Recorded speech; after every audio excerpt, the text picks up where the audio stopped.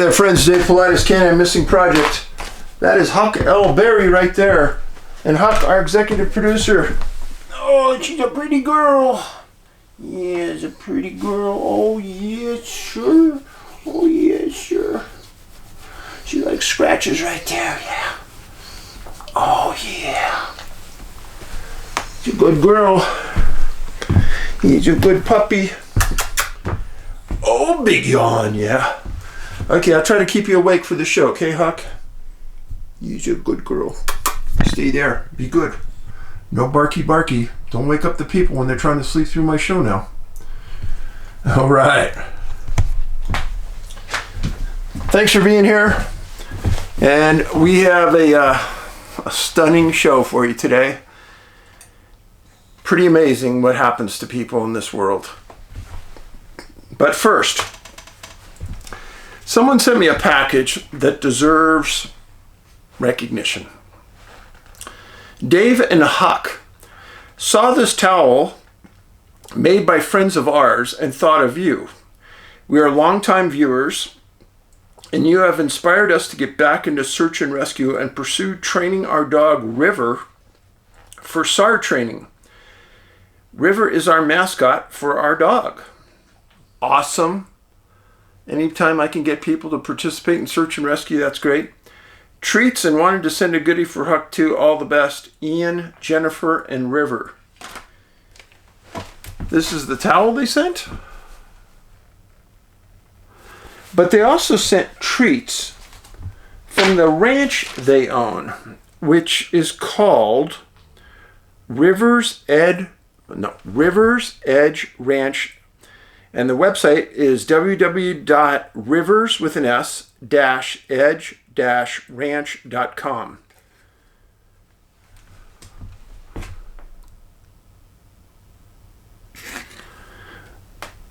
Regenerative grass-fed meats, wool, hides, and specialty products.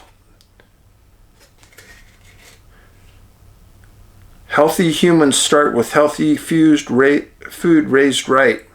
Connect with us, Ian and Jennifer Sather. Hereford beef, Shetland lamb, poultry and eggs, pork and goat, and more. And then, what really got me interested in them is they sent some freeze-dried liver for Huck. Beef liver. Now that's one of the treats I give her, one of the few treats she gets. And they sent some from their ranch.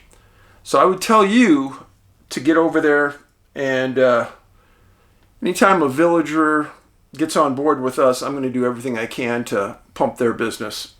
I'm not getting paid. They're just good people. So thank you, Ian and Jennifer and River. And thanks for getting involved in search and rescue.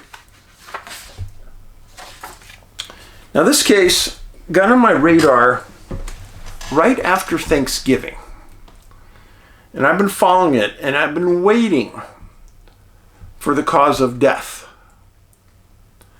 This is another incident where two people go missing simultaneously, which is very, very unusual. I'm telling you, super unusual.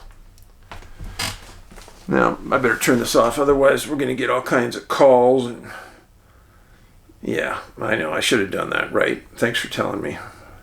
Okay, it's off now. So,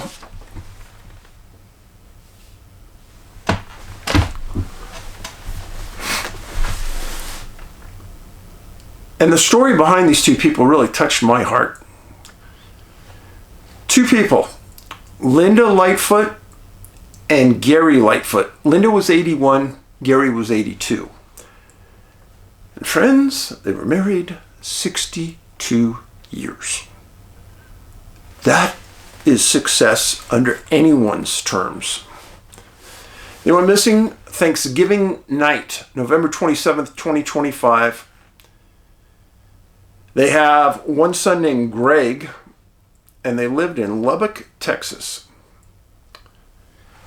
So Barbara Scheller was Linda's sister, and said that the couple drove from their home in Lubbock for Thanksgiving. They went north and they arrived in Panhandle, Texas for Thanksgiving Day. Now, Linda and Gary were churchgoers at the highest order. And they had planned to meet their sister and go to the Church of Christ for a celebration that morning, Thanksgiving morning. And then they later went on to the house for an early dinner. Barbara said everybody was in a good mood, everyone was happy. It got to be about 3 o'clock, and Gary and Linda voiced concern that they didn't want to drive their silver, newer Toyota in the dark back home. So they had a little bit of dinner, but then they loaded up a platter of food and desserts so they could take it home. And the couple went and started their drive back to Lubbock from Panhandle. And I'm going to show you this map off and on today so you can kind of keep track of what we're saying. So they live down here in Lubbock. This is the New Mexico border. They went north. This is Amarillo. Then they went east and they went to Panhandle to see their relatives. Now they're driving back and they should end up in Lubbock. We'll get back to that in a minute. So a couple hours after they leave, Barbara, the sister of Linda, texts her sister and says, "Hey, you home safe?" Like any good sister would do. Well, the phone goes off like somebody getting a text, and the phone was sitting in Linda's home where her son Greg heard it go off. He didn't know his mom didn't have their phone either. He goes over and sees the text. He responds, goes, "Hey, my parents aren't even home yet." And they go, she says, "Oh, they should have been home. Where do you think they are?" He goes, "I don't know." "Well, they don't have their phone with them, so we can't contact them. But I'll wait a bit more and see if they get home." Well, this made everybody nervous. About 10 o'clock that night, Greg got super nervous and that his parents weren't home and reported them to Lubbock PD, and then also called his aunt and said what he was doing. And he was encouraged to do it by the aunt because they should have been home hours earlier. Well, the policeman understood the couple's age, and he entered the vehicle into NCIC, which is the National Computer Information Center for any vehicle traveling in the U.S. that needs an alert put on it. So if somebody stopped this car, it would be a stop and check. Check on the occupants, make sure they're okay. You can't detain them, but just make sure they're okay. Do they need some help, need directions, whatever? Well, a silver alert is out on this Toyota that they're driving. And that also means that cameras in the state of Texas, and there are many, are actively seeking any information on these plates. Greg told the sheriff, police officer, that Linda had no major health issues and that his dad, Gary, had some breathing issues from time to time, but they carried an air tank with them in the car. Now, unbeknownst to anybody, about an hour earlier, at about 9:05 p.m., Linda and Gary contacted law enforcement in Santa Rosa, New Mexico, saying that they were lost and needed directions to Lubbock. The officers calmly gave them the information and told them how to get home safely. So they were supposed to go from Panhandle to Amarillo, south to Lubbock. They instead stayed straight and drove for miles and miles and ended up in Santa Rosa. Deputy said, no. You need to go back to Amarillo and then go straight south. Police officer said he thought he saw them going east on the highway towards Amarillo. That was the last confirmed sighting of them together. Linda was driving, which everybody thought was good.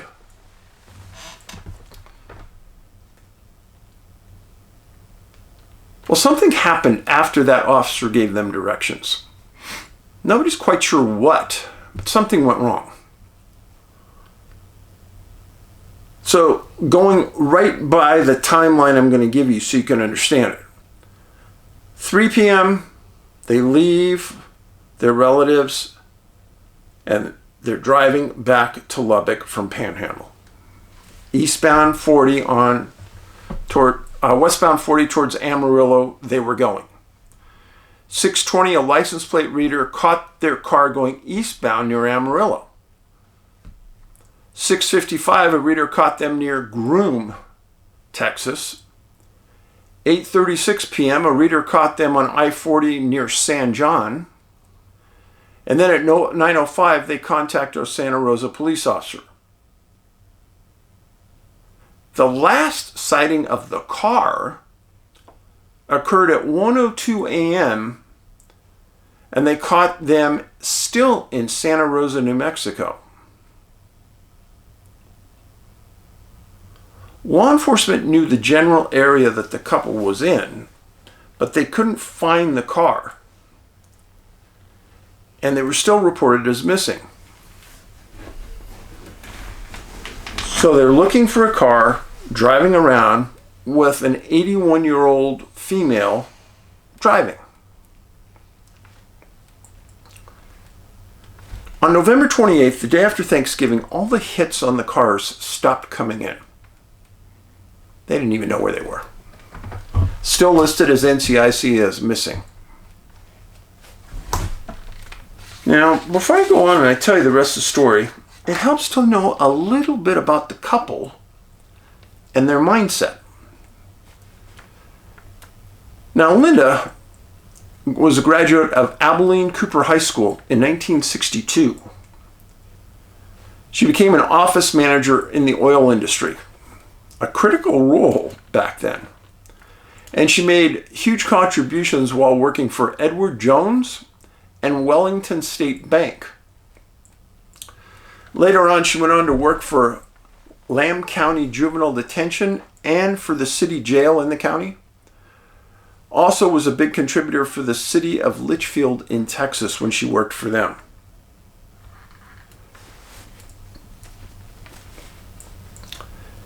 So Gary and Linda were married July 3rd, 1962. By any standard you can think of, that marriage was a huge success. One son named Greg. This was a photo. They were married 62 years. This is a photo on their 60th wedding anniversary. What a picture. Now, who was Gary? Gary Lightfoot was a graduate of Abilene Cooper High School in 61. He went on to graduate from the Big Spring Police Academy. He started his law enforcement career as a police officer at Litchfield PD in Texas. He then transferred to the Taylor County Sheriff's Office, then came back to Litchfield PD and became the police chief in 91 and stayed till 2003 when he retired. Now, folks, I don't care what you think, but staying 12 years in any police department as the chief, woo! That's some success. I read a few things about Gary. Easy going, easy to get along with, friendly, nice person.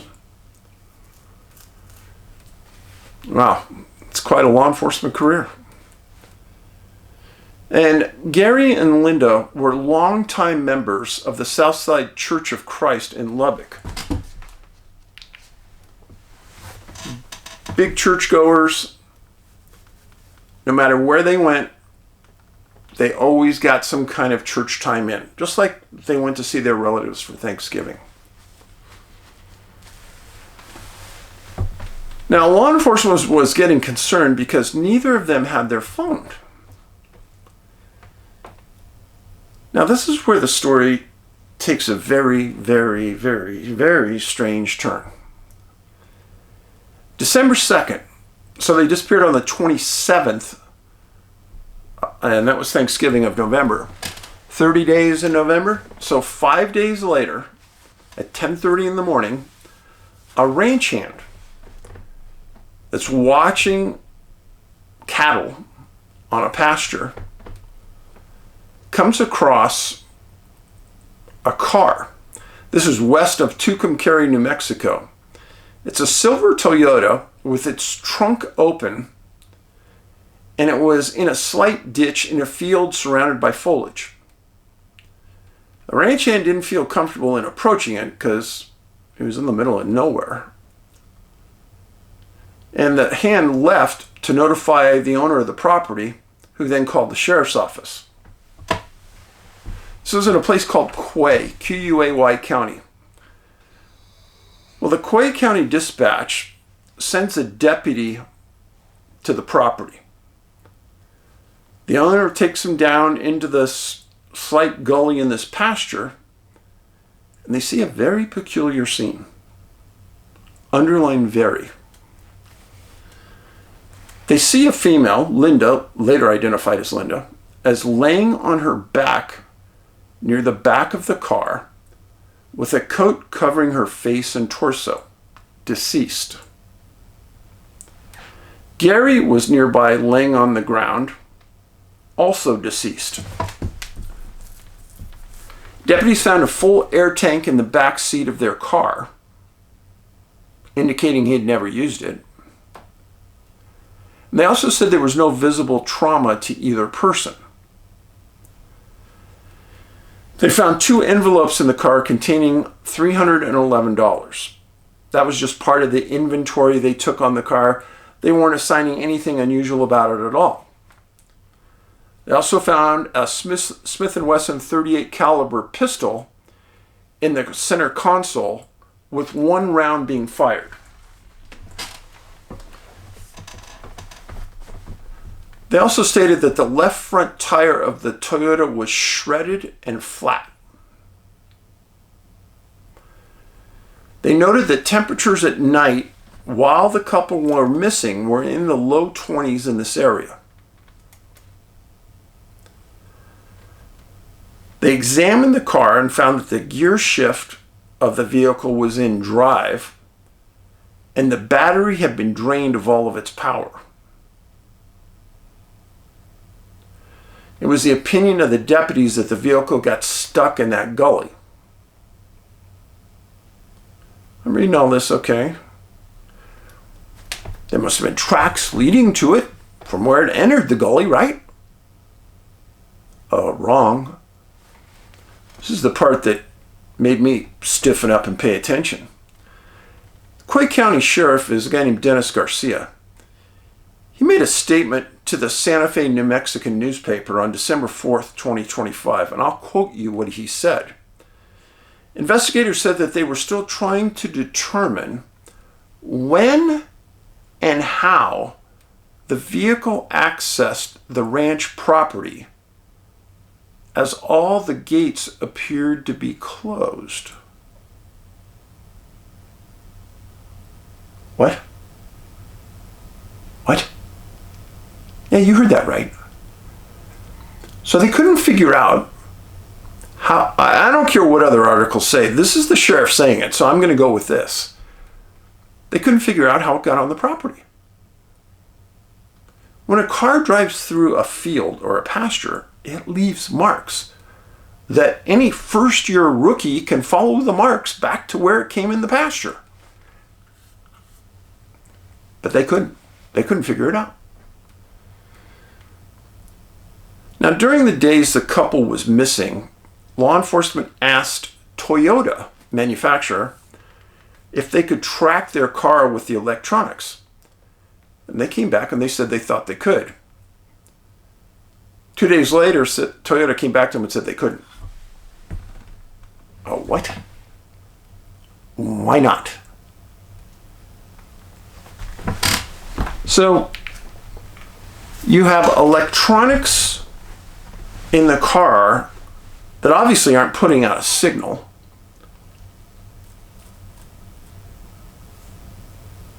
You have the couple that for the first time didn't take their phone. They're in an area that nobody can understand how they got into. Relatives said that there was no reason for the couple to be in Tucumcari or west of. And the coroner just stated recently that the couple died by hypothermia.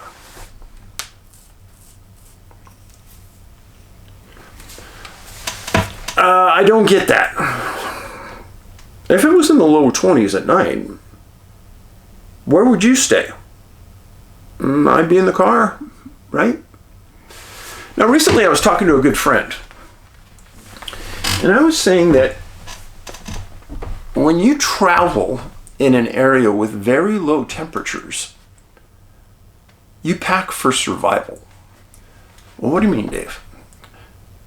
This is a prime example why you pack extra blankets, extra coats, because things happen in life that may be outside your control.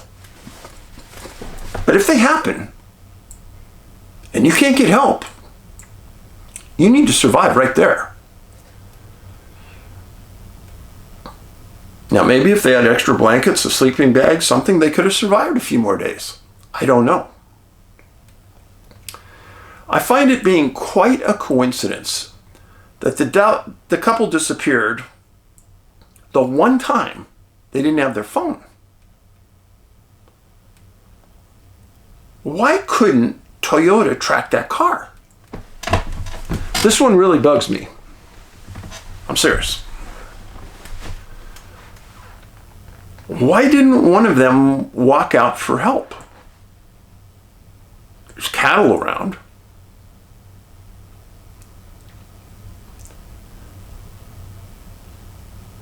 No mention if the food they had taken from Thanksgiving dinner had been eaten. Nothing was said about that. The coroner didn't release a time and a date of death. Was there some evidence that they both survived days afterwards? I'd like to know. Was there gas in the gas tank? Never mentioned. Why would the battery be drained? I don't get it. Here's the example. Let's say that car's stuck right there and you're cold. Well, at the coldest time at night, I'd say, hey, let's start the engine up, turn the heater on, let's get warm. Now, the son said the mom and the dad have all their wits about them. They weren't slow. They didn't have dementia, anything. So if you didn't have the wherewithal to walk out of the area, then maybe manage your resources, get the car warm, keep going for an hour or two, turn it off, and maybe manage how long that could live out while you have gas in the tank. But they never said if there was any gas in the tank. It still bothers me that that battery was drained.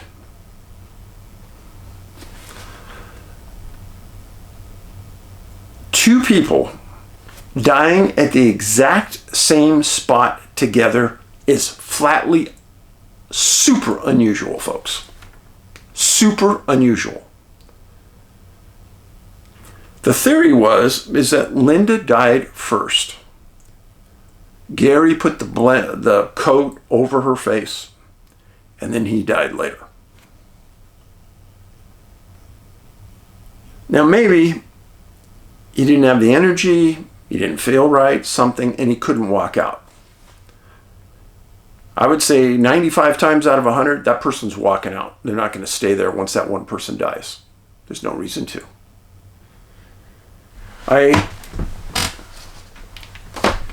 If you have been a longtime follower of me, you know several years ago I covered a case, Texas case, where a woman and her children disappeared. Their car was found in a field. She was found laying on top of her children in the field. All were dead. No injuries. Died of hypothermia. When I heard about the Lightfoot's case, immediately my memory went to that case. Yeah, Texas. I know this happened in New Mexico, but the people were from Texas. And then I always think about the health of the people. Son said Linda had no medical issues at all at 81 years old. That's really good. Gary had some kind of breathing issue. Maybe emphysema, I don't know. This case bothered me.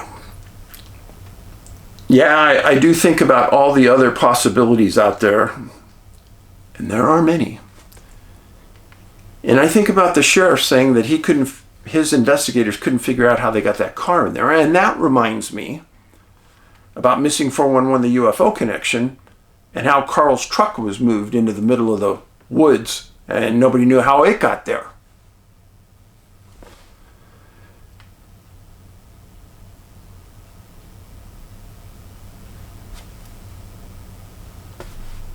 I think it's an unusual case.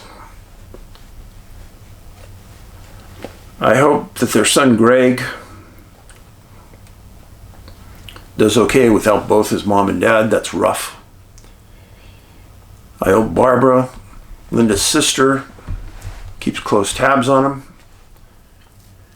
And I appreciate you being here. I hope you pass this case along.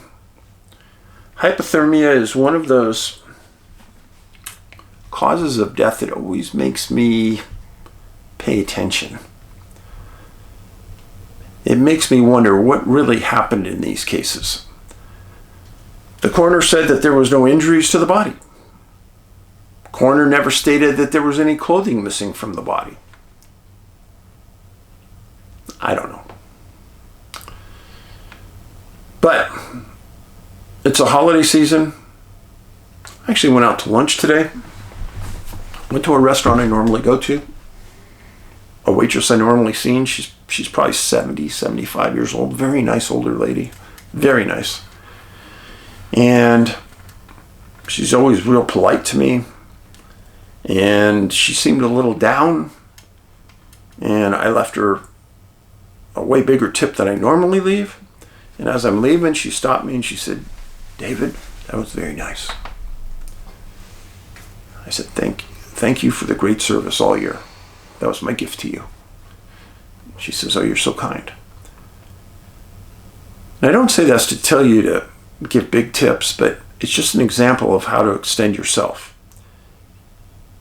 It wasn't a huge monetary number, but it was enough to make her acknowledge that I cared, I appreciated, and I acknowledged. And you know what? I know I made her day. That made me happy. So be kind, be patient, and those people that you may see out there working during the holidays, be extra nice to them. Be friendly. You don't have to pay them, but just be friendly. Be appreciative. In the meantime, Huck has, I'll show you, she completely turned around. She turned her back. And there she is. Are you sleeping? Huh? Are you sleeping? You're a good girl. Her hair is so thick right now, you guys just wouldn't believe it. It's like 4 or 5 inches thick right here. You're a good girl. Okay, you guys, take care, be safe. Paulides out.